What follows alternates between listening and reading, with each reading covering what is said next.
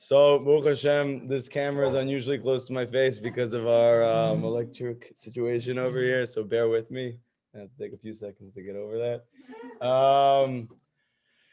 Okay, so thank God, Baruch Hashem.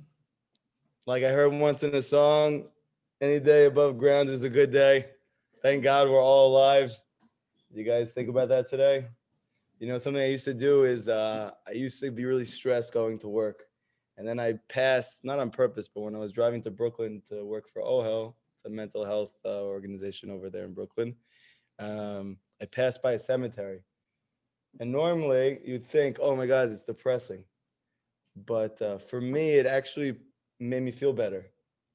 I don't know if it's because I'm weird, but you realize that the things that you think are really important that are bothering you are not that important when you realize, like, one day you're going to be there.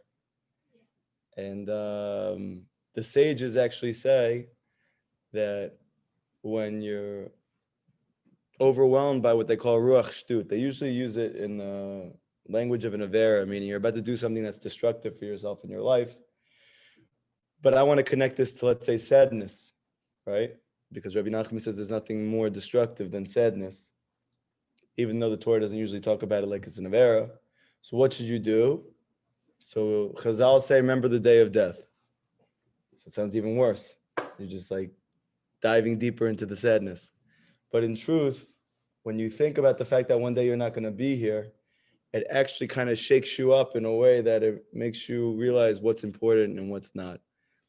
So anyway, thank God we're all here. It's actually a very big zchut that we're here together. We're learning Rabbi Nachman's Torah, thank God. And hopefully today, you guys are going to come out with something practical, something meaningful, and something to think about, okay? We just started to learn about the first Jew in this past week's Parsha. That was Avram Avinu and Sarah Imenu. And a lot of people don't know this, but even though everybody in the Torah is real, Abraham is not just a person, he's also a stage in life. And Yitzchak is not just a person, he's also a stage in life. Yaakov as well. And also the four mothers, Sarah, Rivka, Leah, Rachel. All of them represent not just people, but also stages of life or perspectives in life. Or how do you respond to different events in your life? The first stage in everybody's life is called Avraham. This is actually connected to Pesach. What's the connection between Avraham and Pesach? Because in Egypt, it was a very difficult situation, and not in our own merit, but because Hashem loves us, He ripped us out of Egypt. In the language of Chazal, Mitzrayim is a code word for any type of suffering that you're in. So when Hashem took the Jewish people out of Egypt, it means He takes you out of your suffering. Why does He do that for you initially?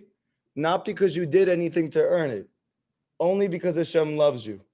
That's called Avraham. And this is actually the initial revelation of godliness in the world comes through this expression of Hashem in your life. That is Avraham. Everybody with me? Like, for instance, the fact that I realized that Hashem existed didn't come because I did something B'davka specifically to earn Hashem showing Himself to me in my life.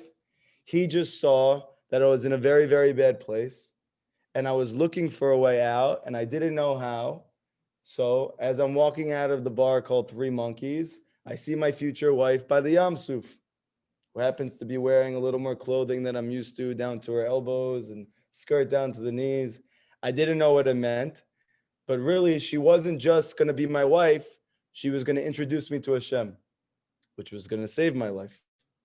So that's an expression of Avraham. It's a free gift, we'll call it, okay? Many people who get connected to Rabbi Nachman's teachings, they wonder to themselves, why did I figure this out? How did I catch on to this? And how come nobody else did? The answer is, it's a free gift from Hashem because He loves you. But then what happens? Then you start to implement those teachings in your life, and you start to experience sometimes even more difficulties than before you did it. And that becomes very confusing because I feel like I finally found the truth.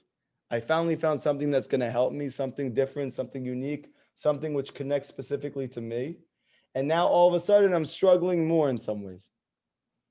The truth is you're not struggling more. You have moved from Abraham to Yitzchak. Now I want to teach you a very deep concept. In Kabbalah and Chassidut, they teach that not only do Abraham and Yitzchak represent different stages, but that when it says that somebody is someone's son or someone's daughter in the Torah, it doesn't just mean that they are their physical progeny, which is a big word for their offspring, their child. Somebody's child can be a good thing that you did. Like, let's say, for instance, after class, your friend here is like, hey, I need $10. I need to go get something for my family, but I don't have any. This guy offers it to him, okay? That money or that action is his son because he gave birth to that in the world. And now, how do you know it's a real thing? Because he's going to go take it and he's going to benefit from it. Meaning he gave birth to a new reality. The Torah is not a history book. The Zohar says that when a person reads the Torah and they think it's just stories, you couldn't be more foolish. Everything in the Torah is true and it's taking place at every moment. That means Bereshit is happening at every moment. That there's Adam, there's Chava, there's the Nachash, you're in the garden, every moment. And at the same time, there's a flood. And there's Noach, there's a tzaddik, and there's a situation in the world that's overwhelming you, or a situation in your life that's overwhelming you. You don't know how to get out, and the only way out is on the boat with Noach. And now we just learned about Avram Avinu, that there is the first Jew in the world, a new light. It's called the light of love, a free gift that Hashem reveals himself to you. In hide and go seek, this would be you found. But you didn't even know you're playing yet. And then as soon as you realize that Hashem is in your life and you're excited, or you have a new good thing that happens to you, you have what's called Yitzchak. And you'll notice something interesting. Who is it that gives birth to Yitzchak? Abraham. It says that Yitzchak is the son of Abraham. And if we're learning that, in fact, Yitzchak is also a different experience in life, it means the experience of Abraham gives birth to the experience of Yitzchak. The experience of Abraham is something good happened to me. I experienced Hashem's love in a way that was obvious to me. And that always gives birth to Yitzchak. Yitzchak represents the opposite. Yitzchak represents hide. Hashem is not revealing himself to you. He's now hiding himself from you. It's not God. I know you guys got nervous there for a second, but Hashem is hiding himself from you. What does that usually mean in your life? Suffering. Suffering. So now everybody has a question. How can it be that Hashem loves me and yet I'm suffering? This is a 1,000-year-old philosophical question, and it's not really that old because we all ask ourselves every day why I'm trying my best and yet I'm suffering. And the answer is Yitzchak. Now, the interesting thing is that in some ways, Yitzchak represents a greater revelation of Hashem than Abraham. Yitzchak was born in the land of Israel, and he never left. Abraham had to leave. Yaakov had to leave. Yitzchak was in Israel his whole life. The land of Israel represents the complete revelation of godliness. And even though Yitzchak's whole life is there, he represents Hashem hiding himself from you. And what's the reason that Hashem is hiding himself from you? So listen to what Rabbi Nachman says. It's very important that you know this. Explicitly, Mifarash in the Likutei Moharan, he says, you don't know why something's happening to you. Sometimes you might know, sometimes you might not know. Sometimes you think you know, sometimes you think you don't know. But there's one thing you can know for sure. Whether you go home and your mom made you plov. Whether you go home and you got an email back from the guy that you like. Whether you go home and you passed your test. Whether you go home and you failed your test. Whether you go home and you find a wad of cash under your pillow. Yes, you guys love that stuff. Or whether you go home and you realize that somebody took all the money out of your bank account. Fraud. Can you know for sure why Hashem is doing that to you? Yes. Rabbi Nachman says there's one thing you can know for sure. It doesn't mean it's the only reason, but it is the sole motivation. And he says, and I quote, that the motivation for Hashem doing that thing to you is because he loves you. So if you're asking yourself, Hashem, why are you doing this to me? Why am I struggling at work? One answer should fill your head immediately. Because I love you. Why is it that I'm fighting with my wife? Because I love you. Why is it that anything? And that's the answer. So now the obvious question is, okay, that's nice. Hashem is giving me a difficulty because he loves me. And where do you see this? Abraham gives birth to Yitzchak. Abraham represents Hashem's love. Yitzchak represents Hashem hiding himself from you. Who gives birth to who? Hashem's love gives birth to himself hiding from you. Does everybody understand the concept? Before I move forward, I just want to make sure I understand. It's a deep thing. You got it or no? Iffy, kind of. Can you explain again, please? Is a person on the other side? Yes, I'm going to explain again. And when I explain more, I think you're going to get it. I just wanted to see if you get it at this point. I thought you were on mute. So anyway, when Hashem shows himself to you, that's called Avraham. If you have hashgacha pratit, and you realize, oh my gosh, I said, Hashem, I need a parking spot. And all of a sudden the guy wheels out. And you go, oh my gosh, Hashem heard me. That's called Avraham. You saw Hashem in your life. You feel Hashem's love. What does that love feel like? He heard me. Right? When does a person feel loved? When they feel heard. Boom. Good. But then what happens when you get out of the car? All of a sudden, you realize that somebody hit your car and left a huge dent. You're going to have to pay for it. Because you don't, chas v'shalom. Love it, chas v'shalom. Somebody got sick, someone's dying, you got a dent in your car. Chas v'shalom. Okay, so now, what are you going to do? Well, the same guy that gave you the parking spot also decided you should have a dent in the back of the car you have to pay for. Which God is it? Same one. But he just showed me he loved me. How come I can't get more love? The answer is the love, the parking spot, gave birth to the dent in the back. Yitzchak. Why? Everybody understand that now? Yes. Yes. When Hashem wants to show you that he loves you, he will show himself to you in a greater way than you have experienced before. Maybe you did your first hour of Hibodedut and you feel Hashem like you never felt. Maybe you went to a lecture and you heard something from Rabbi Nachman and it rocked your world and you really resonated. You feel Hashem in your life. Maybe you're reading a book and you really connect and you're like, oh my gosh, this happened to me. This is Hashem. Anything. That's called Hashem loves you, Abraham. But after Abraham gives birth to Yitzchak. Yitzchak is Hashem hides himself from you. The difficulty, the challenge in your life. Practical example from the Torah. You ready? Pesach is Avraham, right? Hashem took us out because he loved us, not because we deserved it. But what happened right after he took us out? He threw us in a desert.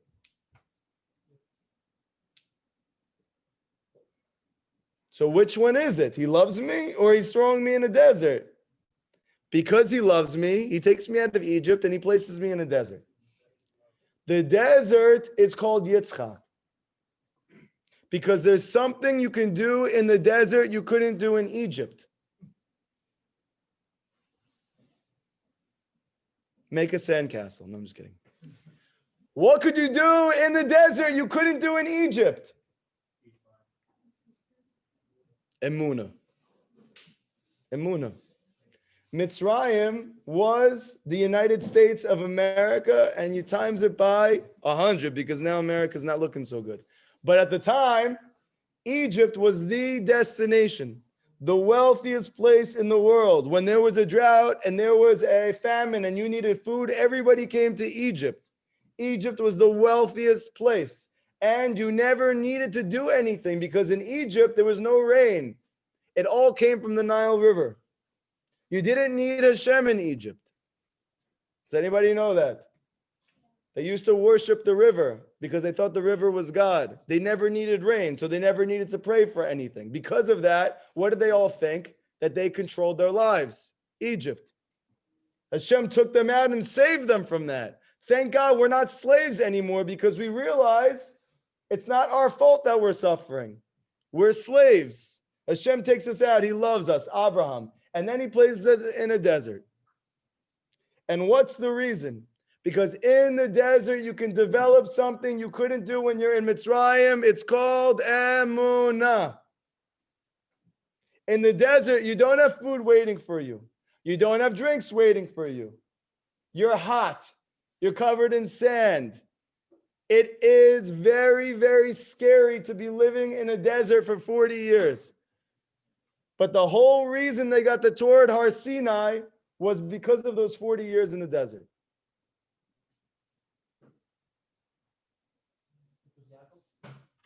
Which is Yaakov.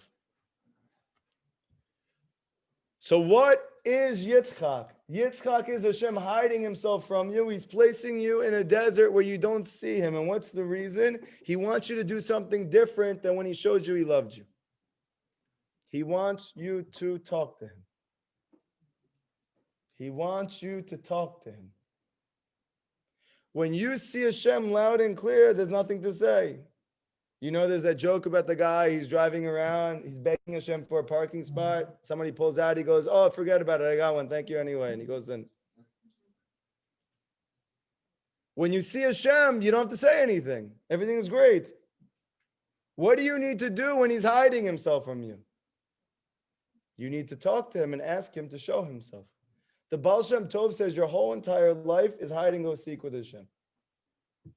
There's a reason why you liked it so much as a kid. Maybe you didn't, but I liked it. My kids like it. Hide and go seek. It's a real thing. However, you need to know that in the time that you're experiencing Yitzchak, you don't do the same thing as when you're experiencing Abraham. You have to go do something different. I'm going to give you a practical example. You ready? And also, I want to tell you something as well and add to it. Abraham is Gematria 248. Okay. 248 is how many positive mitzvot there are in the Torah. The 248 positive mitzvot represent Hashem's love for you. These are things that you do. It's a schut for you. It's a benefit.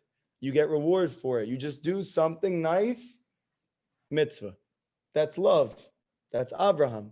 And then there's 365 negative mitzvot where you're not allowed to do something. That's called Yitzchak. You have to refrain from doing something. Stop doing something. No.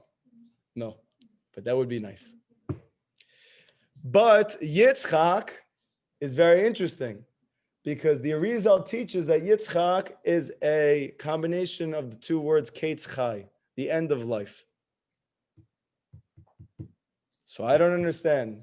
Yitzchak means the end of my life, but Yitzchak was born from Abraham. Abraham is Hashem's love for me. And as a result of Hashem's love for me, I experience Ketz Chai, the end of my life. Yes. But here is the big secret. And this is where we all struggle. You live many lives.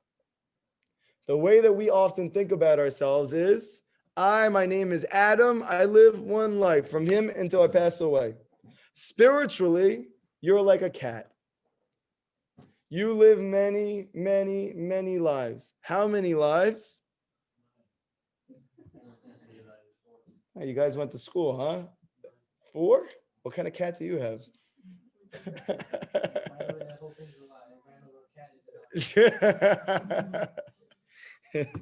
So I just meant in the fact that you lived many lives, but not 9. You actually keep dying and being born again.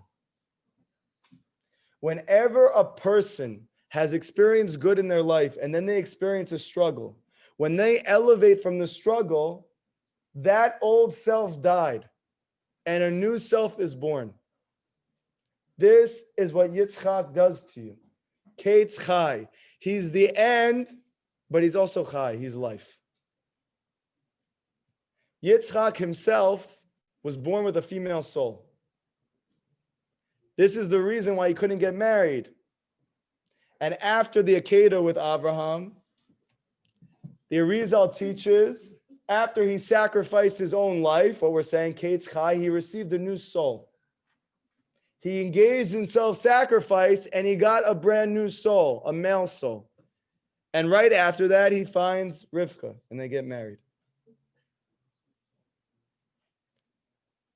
So the reason Hashem is putting you in a difficult situation is because he wants to give you new life. What do we do when we're confronted by a difficult situation? We complain, and what else do we do? We run away. What else do we do? I know what I do. I stop moving. You get numb. I just stop functioning. You give up. Yayush. Despair. So that's what you do now. That's not what you did before you came to these classes. You were not going to the field unless you were running away from something. Now you do, thank God. But the normal response of a human being who doesn't know these things, when he's confronted by Yitzchak, he goes into a state of paralysis. And he gives up. I want to give you a mashal, which I heard from Rav Twersky, who's a very famous psychologist, who's very connected to the Torah, very big rabbi from the Midwest, I believe. And he gives the example of a lobster. A lobster, it grows in its shell. And it grows so much, but the shell doesn't grow at all. What happens when it gets too big for the shell? The shell comes off naturally. The entire shell falls off of his body. He goes under a rock and he forms a brand new shell, which fits his new body, and he goes back out into the water. He does this continually throughout his life. What would happen if, when the shell is getting tight, he didn't respond by going under the rock and removing the outside? Anybody know? He would die. He would go on meds. No? I'm in a lot of pain. It's not ending. I don't know what to do. So what am I going to do? I have to go find relief. I have to go find bud. I have to go find, go to a club. I have to go run away and do something that is going to put my life in danger. I have to go do something that's going to put my school at jeopardy. I have to go, cut myself. I have to do a lot of different things in order to be able to stop the pain. Okay? But the reason is because we don't realize that we're too big for our shell. They used to come up to Rabbi Nachman and say to him, I'm struggling so much in my life and I don't know why. I'm doing everything you're telling me to. He said, you're not struggling. You're doing amazing. That's why you're struggling. Meaning what? You're too big for your shell. How do you get a bigger shell? A bigger keli, a bigger vessel to be able to hold the light that you now have after having Avraham, after having a new revelation of Hashem in your life, after achieving a new high in something, after succeeding in a way you never did before. By praying to Hashem. Yitzchak represents tefillah. Tefillah. Rabbi Nachman says, how do you create a new vessel, a stronger vessel, a bigger vessel to receive more of Hashem's light in your life? Through praying. This is Yitzchak. Where do we see Yitzchak is hinted to tefillah? You see that the most epic moment of Yitzchak's life beside the Akedah is when he's out in the field praying to Hashem, and that's how he meets his wife. He can't get married, and what does he do? He goes to the field and he prays to Hashem. And that's how she met him. But she met him because he's praying in the field. So that was a new light. But he can only get that new light by praying in the field. So tefillah is what opens you up to a new revelation of God in your life. When we say Nishmat Kol Chai every Shabbat, you'll notice that there's towards the end, and you say 4 lines. The first of those 4, if you look, it's an acronym. It spells Yitzchak. I'll show it to you after.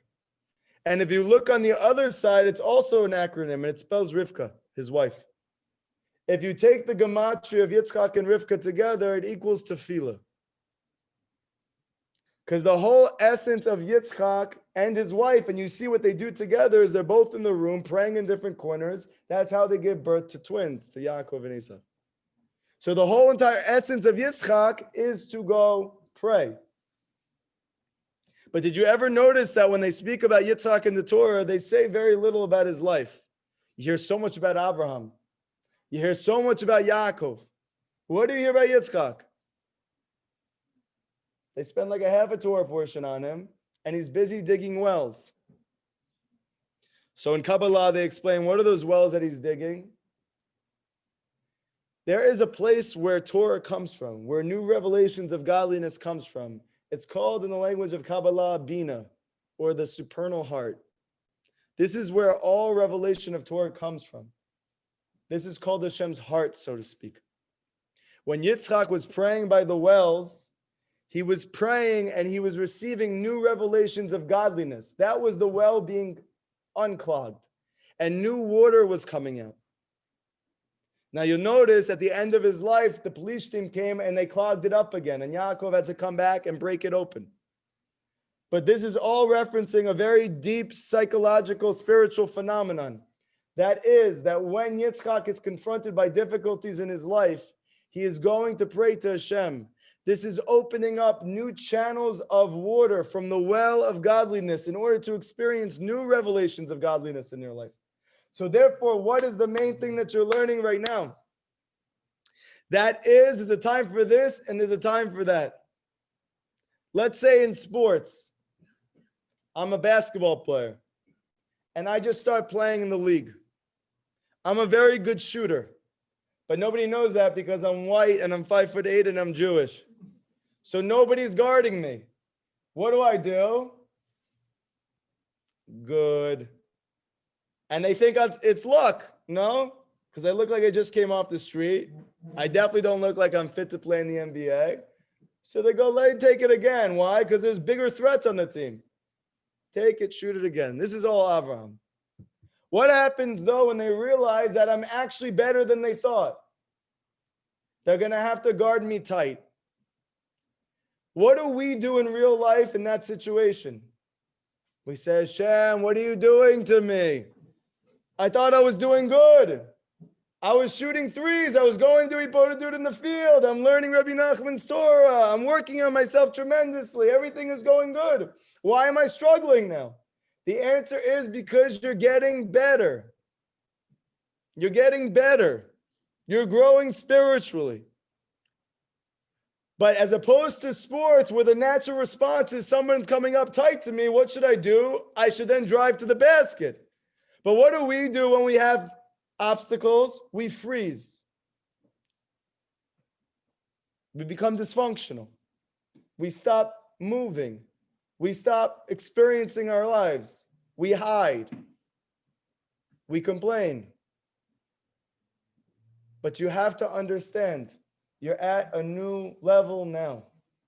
You have to go drive now. You have to do something different now. That's called talking to Hashem, praying to Hashem, asking to see him in a bigger way than you saw him before, in a greater way, in a closer way, in a more intimate way.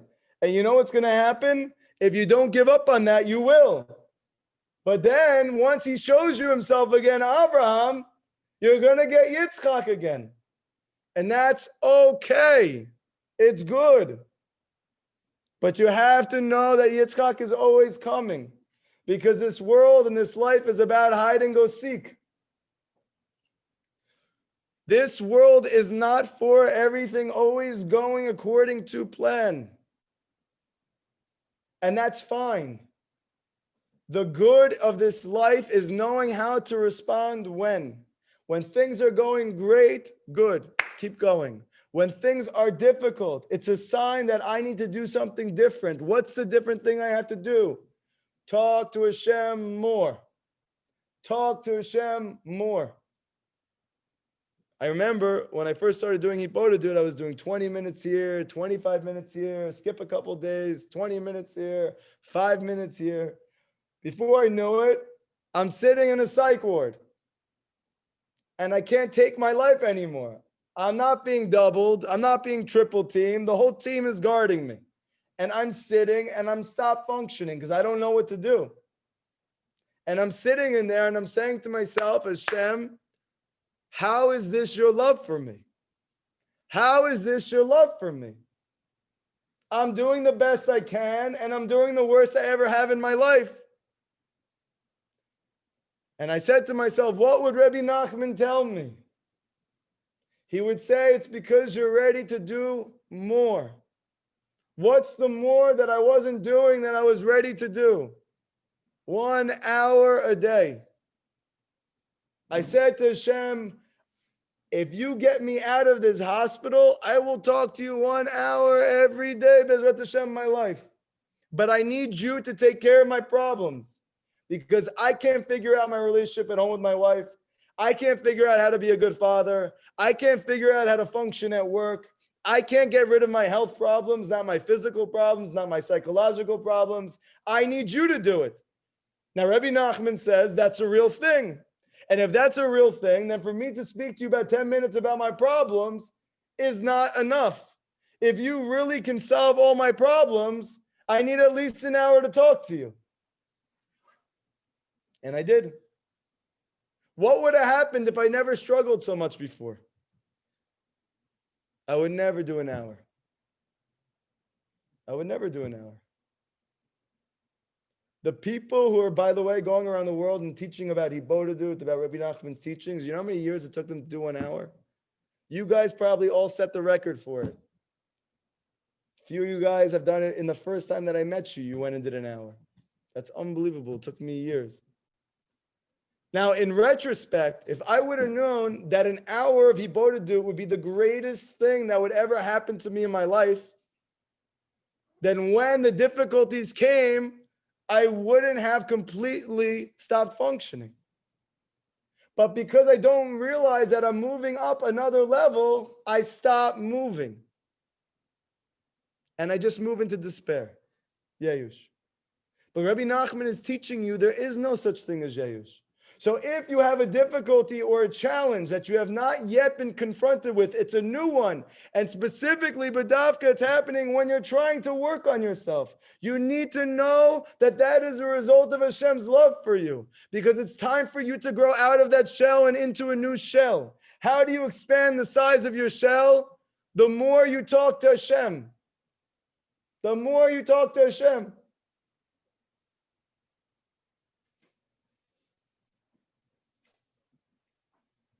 And this is Yitzchak. And this is new life. And in the end, it's funny because Yitzchak means he left. They teach in Kabbalah that at the end, we're going to see that Yitzchak, which comes from the side of din, the side of concealment of Hashem in your life, that's actually rooted in a higher place than the love of Abraham. It's a greater revelation of Hashem in your life when he's hiding from you than when he's showing himself to you. That is not going to make sense in any of our brains. But you know where it's hinted to? Yitzchak is actually Hashem's name 26 times 8. If you take Hashem's name 26, you times it by 8, you have the name Yitzchak. If you take it and you times it by 7, you have the name Yaakov. If you times it by 6, you have the name Yosef. Which one has the most 26s? Yitzchak. But Yitzchak seems like the least. Yitzchak is the time I don't see Hashem at all in my life. And according to Chassidut and Kabbalah, this is the greatest revelation of God in your life is when you don't see him. You go figure that one out. He's with you even more. He's with you even more.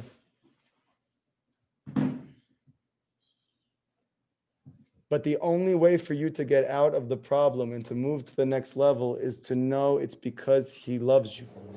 If you don't respond to the difficulty in your life and say to yourself, why is this happening? And the first thing you say to yourself is not because Hashem loves me, you are going to fall apart. And you're going to be angry at Hashem. And you're going to be in complete disarray. And you're going to wonder why I even started working on myself.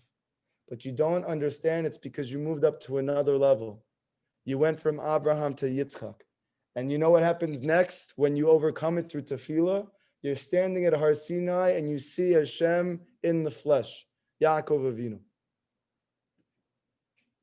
But that comes after you did it. In the beginning, you got it as a free gift. Yitzchak is even greater. But this is what you need to know, and it's so important. Take a practical event in your life, any event in your life. Think right now about stuff that you're going through. A lot of you guys are working very hard on yourself. I know that. And a lot of you are seeing greater struggles than you have previous to doing that. And what's happening to a lot of us? We lose our motivation. We lose our esteem. We stop doing what we were doing because we think something's wrong. But the answer is that something is right. Something is right. So how do I respond to something being right, which is Hashem hiding himself? I have to go to the forest, to the field, and ask Hashem to show himself to me. And this time, even greater than he did before. Your vessel is getting bigger. Your kli is getting bigger.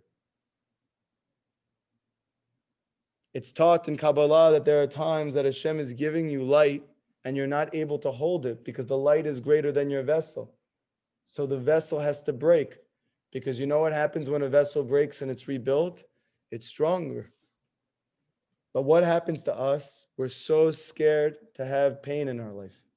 Rabbi Nachman used to say that a person has to experience pain in his life. He can either experience a little bit, or if he doesn't want to experience a little bit, he's going to experience a lot. What does that mean? It means you're going to have moments or times or periods of your life that are called Yitzchak. You can either step up to the plate and respond realizing that Yitzchak is Abraham's son, that this concealment of godliness in my life is given birth to by Hashem's love for me. Now, what does Hashem want from me? There's a good chance he wants you to elevate now because you're at a higher place than you were before. And you have to go sit down and think to yourself, what am I not doing that I could be doing that I haven't been able to do yet? And whatever the answer to that is, that's probably the reason that Hashem is giving you a Yitzchak-like state right now. And if you're thinking to yourself, I can't do it anymore, you're limiting yourself. We think that we're little nebach nothings. We're just trying to get by. I want a simple, good life. I just want to get married. I want to have kids. I want to be able to support myself, blah, blah, blah. But do you realize that you're created as part of 0.001% of the world's population? You are the revelation of godliness that's in this world. If you're not revealing it, the world doesn't see God in the world. This is the reason nobody believes now, because the majority of Jewish people don't believe. If they don't believe, they can't reveal God in the world. And what is everybody going to think? There is none. We need to look at these things in our life. And instead of going into why me, you have to say, what more can I do? What more can I do? And you completely flip and you realize that the problem is a solution. Rabbi Nachman used to say there's a pasuk, I'm not sure if I'm going to get it right. Bitzar bechaftali. It's in Tehillim, Parak Dalet, I believe, where David says, in my suffering, you gave me relief. So it sounds like simply he's saying, I went through suffering and then you relieved me. Rabbi Nachman says that David is giving you the secret of your life. That in the suffering that you're going through, the relief that you've been looking for your whole life is in the suffering.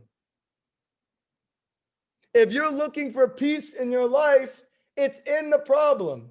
You're looking for parnasa, it's in the problem. You're looking for a marriage partner, it's in the problem. You're looking for health, it's in your health problem. This is the paradox of Hashem.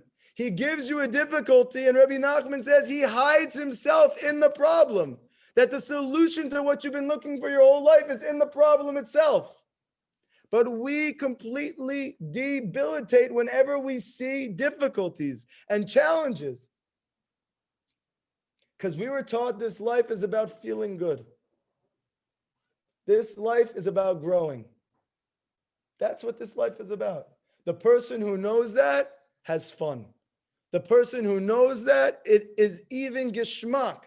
I love growing.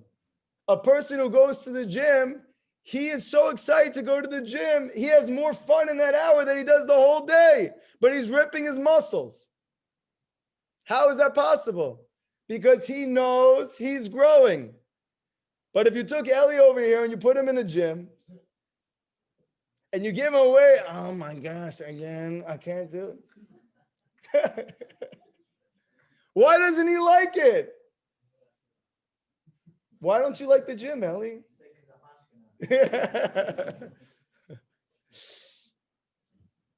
Because he doesn't know that the gym is for growing. He thinks it's a banya, a spa.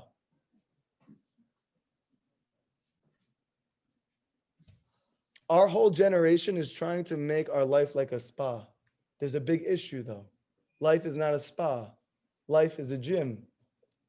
Who's the person who gets to enjoy the gym? The one who knows he's at a gym. The greatest cause of suffering is the fact that we all feel like we're victims. We're victims of our life. We're victims of our circumstances. And where does that victim mindset come from? Mitzrayim. There we did not believe in God. That's where the slavery came from. And as soon as we screamed and opened our mouth, Hashem said, take them out of Egypt. Even Mitzrayim itself was like Yitzchak. Even Mitzrayim itself opened up something within the Jewish people they did not have before. That was talking to Hashem. But what are they doing in Mitzrayim?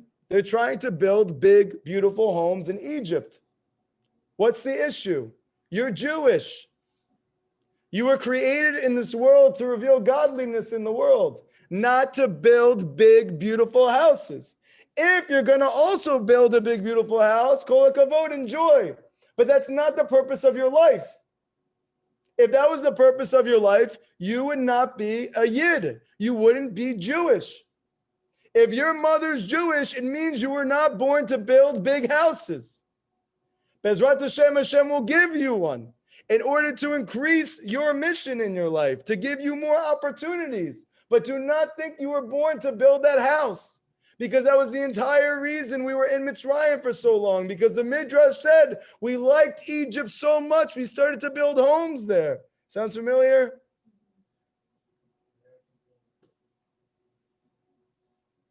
You have a mission in this world. You have a mission in your life. It's to reveal Hashem. That's your mission. You either realize and you run with it and it's fun. And you're like the highest level athlete. That person, he gets excited when the challenge comes. He gets excited when there's a new thing. Why? Because he realizes it's because he's getting better. When a player is getting double teamed now, when he only got single teamed before, if he got so good that he's getting double teamed, he's excited. He goes home and he studies the tape and he says, oh my gosh, I have to figure out new ways now because they realize I can't be single teamed anymore. And we, as soon as the difficulty comes, we just fall apart. It's because we're looking for this world to be like a spa. There is a spa coming. It's just not yet. A little bit of time, we're in a gym. You want your life to be sweet? You want your life to be happy?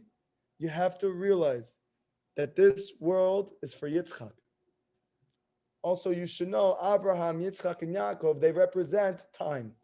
Abraham represents before time. Yaakov represents messianic times. And Yitzchak represents Olam Hazeh, this world. Abraham is a complete revelation of godliness. Before the Jewish people's souls came down to this world, we were with Hashem. That's called Abraham, pure love. At the end, with Yaakov, we're going to have Har Sinai, we're going to have Mashiach, we're going to have Techiyat HaMeitim. Yaakov. What do we have right now? Yitzchak. What did Yitzchak do? He went to the field. Does everybody understand the class? You understand your mission in life. So when you go home, think to yourself about stuff that's going on with you. Instead of thinking, why me? Say to yourself, can I do something I haven't done yet? And when you find the answer to that question, you will know why Hashem put you in the tsar. Haftali, because he wants to create a new expanse for you. The relief is in the difficulty itself. You speak to Hashem for 10 minutes, bump it up to 20. You do it for 20, do a half an hour. You do a half an hour, do 40. You do 40, do 50. You do 50, do an hour.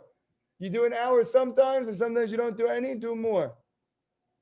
Think to yourself, what can I do I'm not doing it? Does anybody have any questions from tonight's lesson? Yes.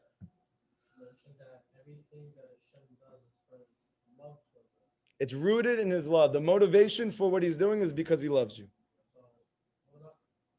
Whenever difficulties happen to us, one thing is like us feeling that, but another thing is how do we know that we're not the ones causing our sins and stuff like that? Yeah. So it could be that you are making an error, and this is a response to the error, is what Hashem is doing, but that is also from his love for you.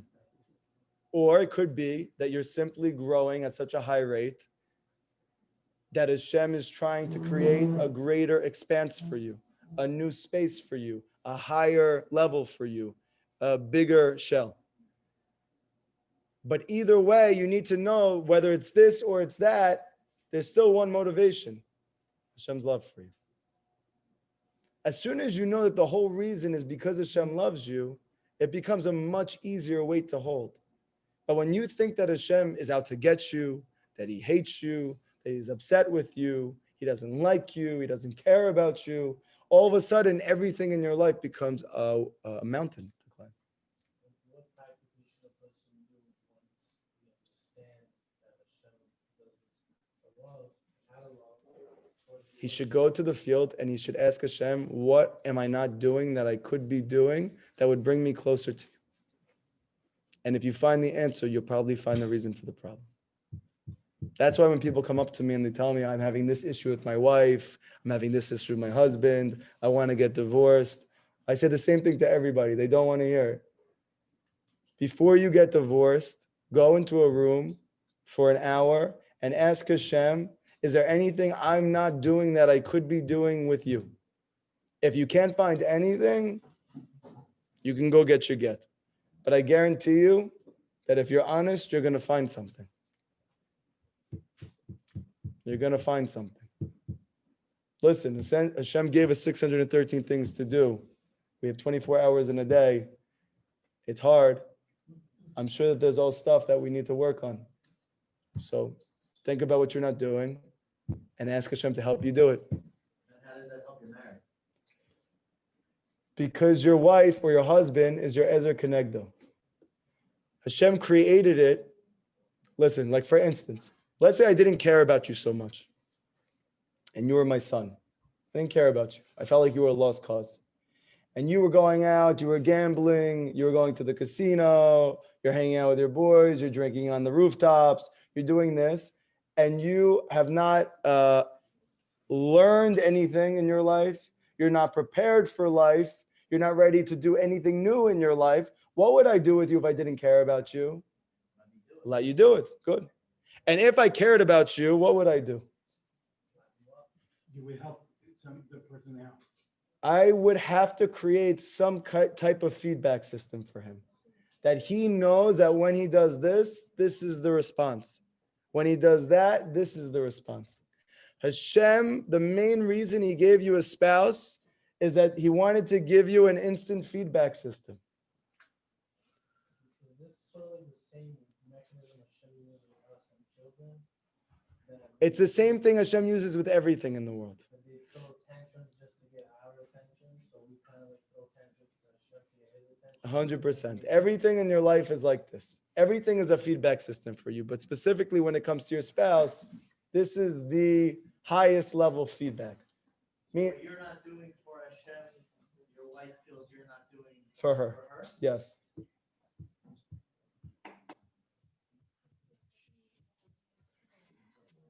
A chiddush, no?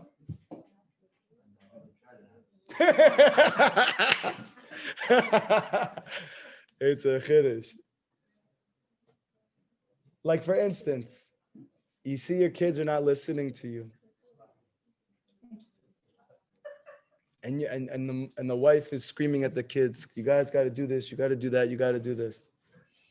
If she looks at herself very carefully, she probably realize she doesn't really listen to everything Hashem wants her to do. I'm serious.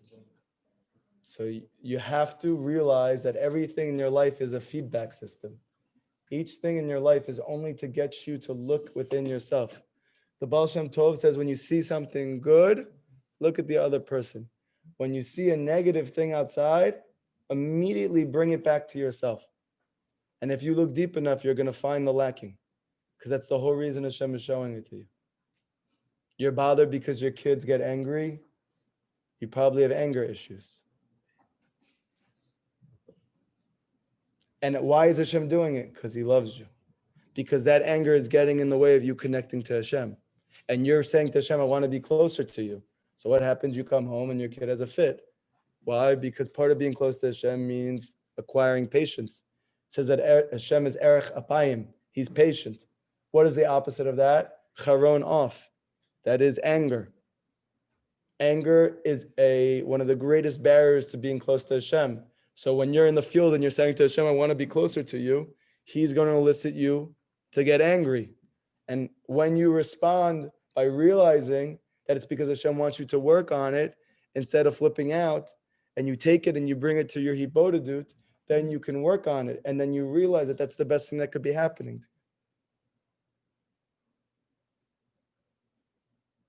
Any other questions? Yeah. What about someone who loses a parent or is single at like the age of 50?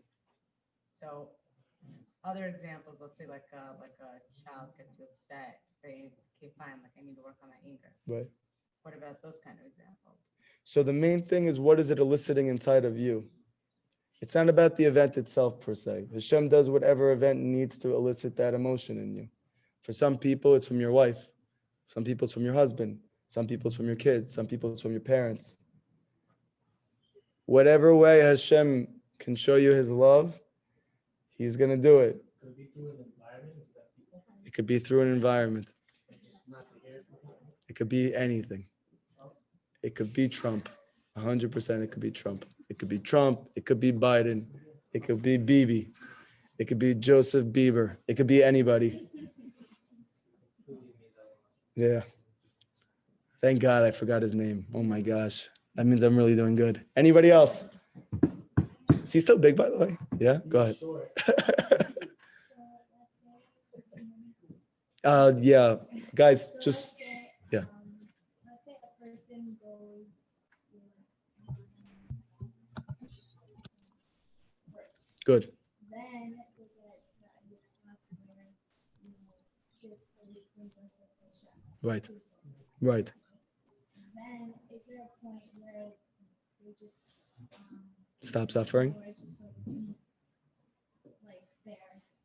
You stay there? Yeah, and it's just you're there. Not in the suffering, but you're out of the suffering. But you're just in that state. Yeah, like you have your hour you do and Yeah. doing everything, but you're not going higher. You're not suffering, but you don't really see Hashem. Yeah. You know what I'm So saying? that's still Yitzchak. So that's still Yitzchak. That's still Yitzchak. The suffering doesn't have to be that I'm It in, doesn't have to necessarily be suffering. not suffering in the sense of pain. It's just a concealment of Hashem. For some people that might be, I just feel my life is bleh. For some people it could be, I feel angry. For some people that could be, I feel sad. Everybody is different. So it's still a Yitzchak experience. Any other questions? Any other questions? No?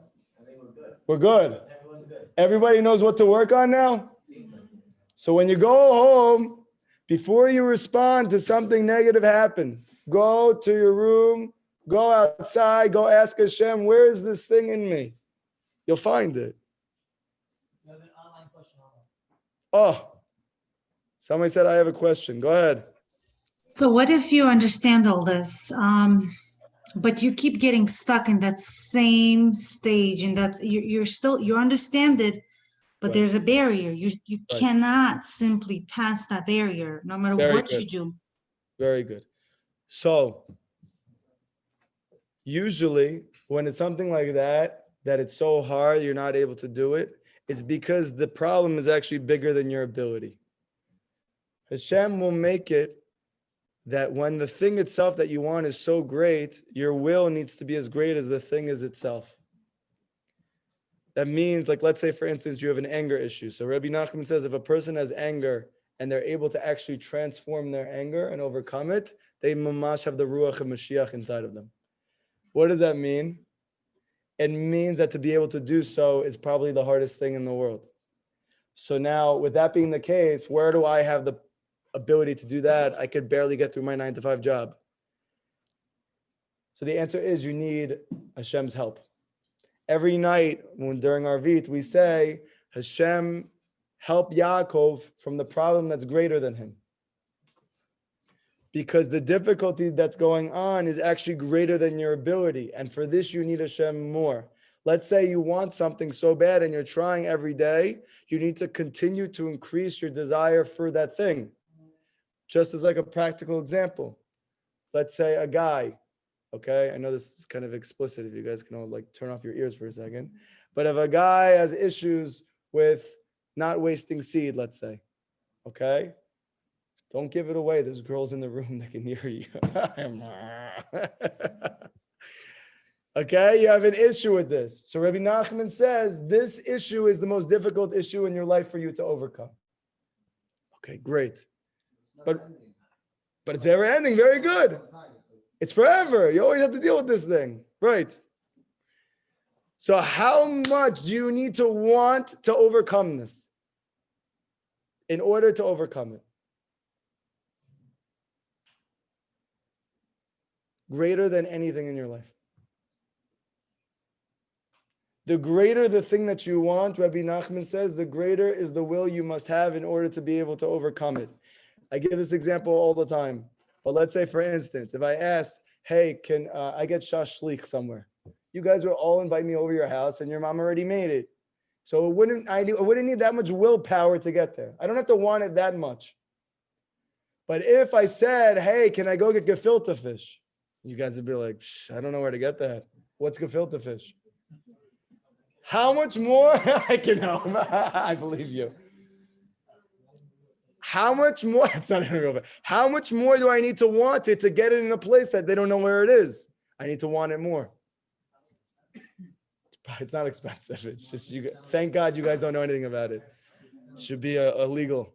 But anyway, the bottom line is very simple equation. Ready? The greater the thing you want, the more you have to want it.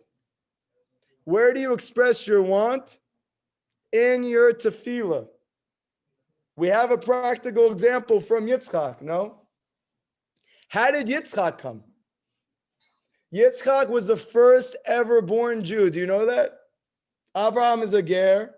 Yitzchak is the very first person who's born Jewish in the whole history of the world. In some ways, that means he's perfect. He never left the land of Israel. He was on the highest of levels.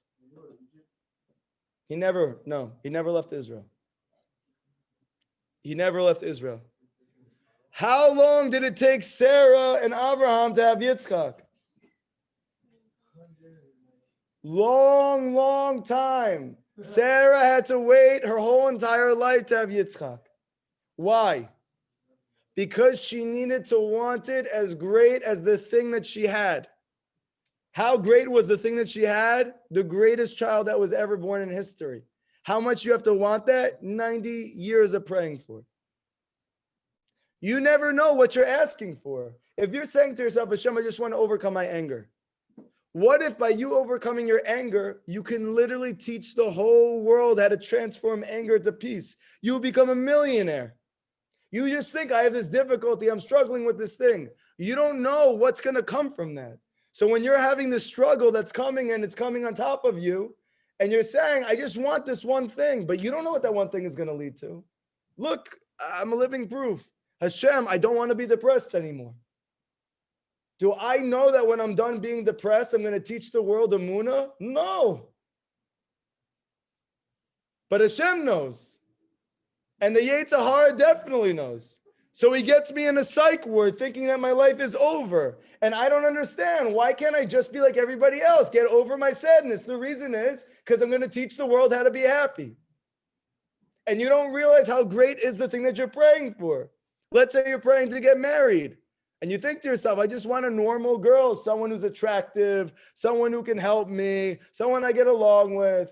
How do you know you're not going to get married to Rivka Imenu? You don't know. So you're praying all the time, and she has to be, or the prayer, you have to want it as much as the thing is, and you don't know how great the thing is. You just know you want it. You have to ask more. And by the way, these prayers are not like Hashem's answers. He doesn't answer. Every single prayer is stored up. If you can imagine for a second, a barrel, okay? And each prayer is like a drop of water. When you get to the top of the barrel, let's say it goes over and it pours out and you can have from it. But before that, it's in the barrel, it's locked up. You can't taste it.